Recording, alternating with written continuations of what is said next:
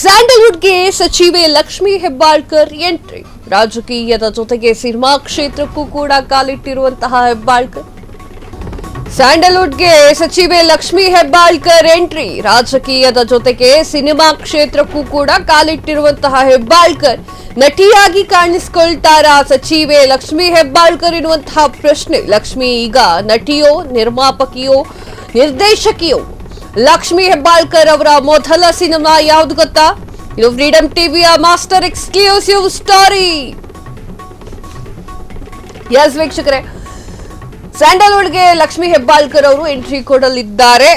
ನಟಿಯಾಗಿ ಕಾಣಿಸ್ಕೊಳ್ತಾರೋ, ನಿರ್ಮಾಪಕಿಯಾಗಿ ಕಾಣಿಸ್ಕೊಳ್ತಾರೋ, ನಿರ್ದೇಶಕಿಯಾಗಿ ಕಾಣಿಸ್ಕೊಳ್ತಾರೋ ಅನ್ನೋದು ಈಗ ಕಾಡ್ತಾ ಇರುವಂತಹ ಪ್ರಶ್ನೆ. ರಾಜಕೀಯದಲ್ಲಿ ಸಕ್ರಿಯವಾಗಿ ಕಾಲವನ್ನ ಕಳೀತಾ ಇದ್ದವರು ಹಾಗೂ ಗೃಹಲಕ್ಷ್ಮಿ ಯೋಜನೆ ಈ ಒಂದು ವಿಚಾರಕ್ಕೆ ಸಂಬಂಧಪಟ್ಟಂತೆ ಅವ್ರ ಹತ್ರ ಭಾರಿ ಕ್ವಶನ್ಗಳು ಕೂಡ ಕೇಳ್ತಾ ಇದ್ರು ಜನಸಾಮಾನ್ಯರು. ಅದಕ್ಕೆಲ್ಲದಕ್ಕೂ ಕೂಡ ನಿಭಾಯಿಸಿಕೊಂಡು ಪ್ರಶ್ನೆಗೆ ಉತ್ತರವನ್ನ ಕೊಡ್ತಾ ಇದ್ದಂತಹ ಲಕ್ಷ್ಮೀ ಹೆಬ್ಬಾಳ್ಕರ್ ಅವರು ಈಗ ಸ್ಯಾಂಡಲ್ವುಡ್ಗೆ ಎಂಟ್ರಿಯನ್ನ ಕೊಡ್ತಾ ಇರುವಂತದ್ದು.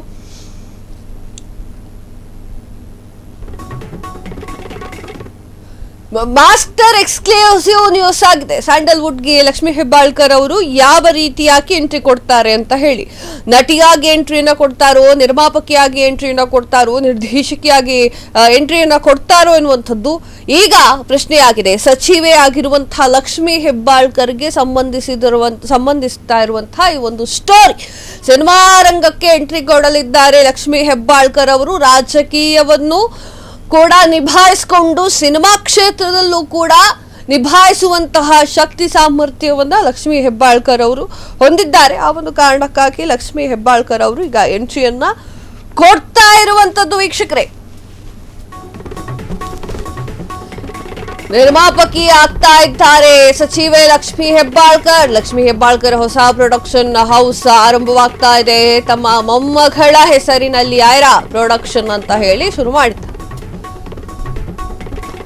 ನಿರ್ಮಾಪಕಿ ಆಗ್ತಾ ಇದ್ದಾರೆ ಸಚಿವೆ ಲಕ್ಷ್ಮೀ ಹೆಬ್ಬಾಳ್ಕರ್. ಲಕ್ಷ್ಮೀ ಹೆಬ್ಬಾಳ್ಕರ್ ಹೊಸ ಪ್ರೊಡಕ್ಷನ್ ಹೌಸ್ ಆರಂಭ. ತಮ್ಮ ಮೊಮ್ಮಗಳ ಹೆಸರಿನಲ್ಲಿ ಐರಾ ಪ್ರೊಡಕ್ಷನ್ ಹೌಸ್ ಅನ್ನ ಶುರು ಮಾಡಿದ್ದಾರೆ.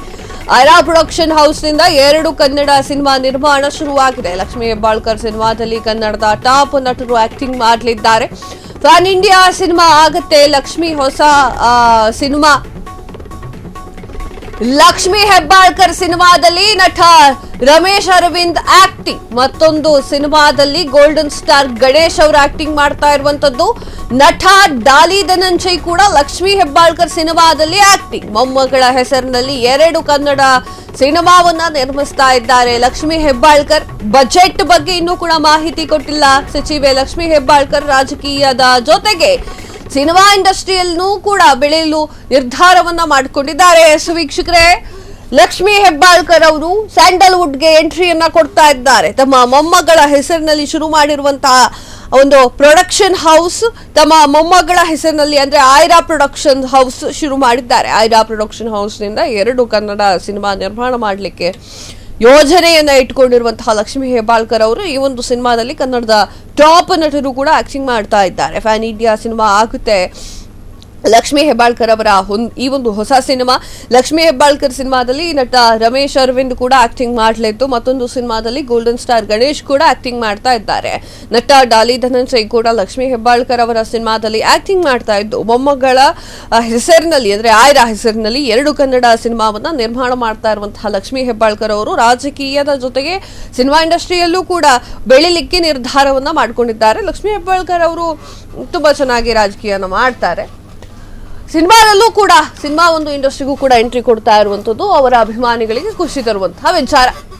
ಕ್ಷಣ ಕ್ಷಣದ ಸುದ್ದಿಗಳಿಗಾಗಿ ಫ್ರೀಡಂ ಟಿವಿ ಸಬ್ಸ್ಕ್ರೈಬ್ ಮಾಡಿ, ಲೈಕ್ ಮಾಡಿ ಹಾಗೂ ಫಾಲೋ ಮಾಡಿ. ಹೊಸ ಸುದ್ದಿಗಳ ನೋಟಿಫಿಕೇಶನ್ಗಾಗಿ ಬೆಲ್ ಐಕಾನ್ ಮೇಲೆ ಕ್ಲಿಕ್ ಮಾಡಿ.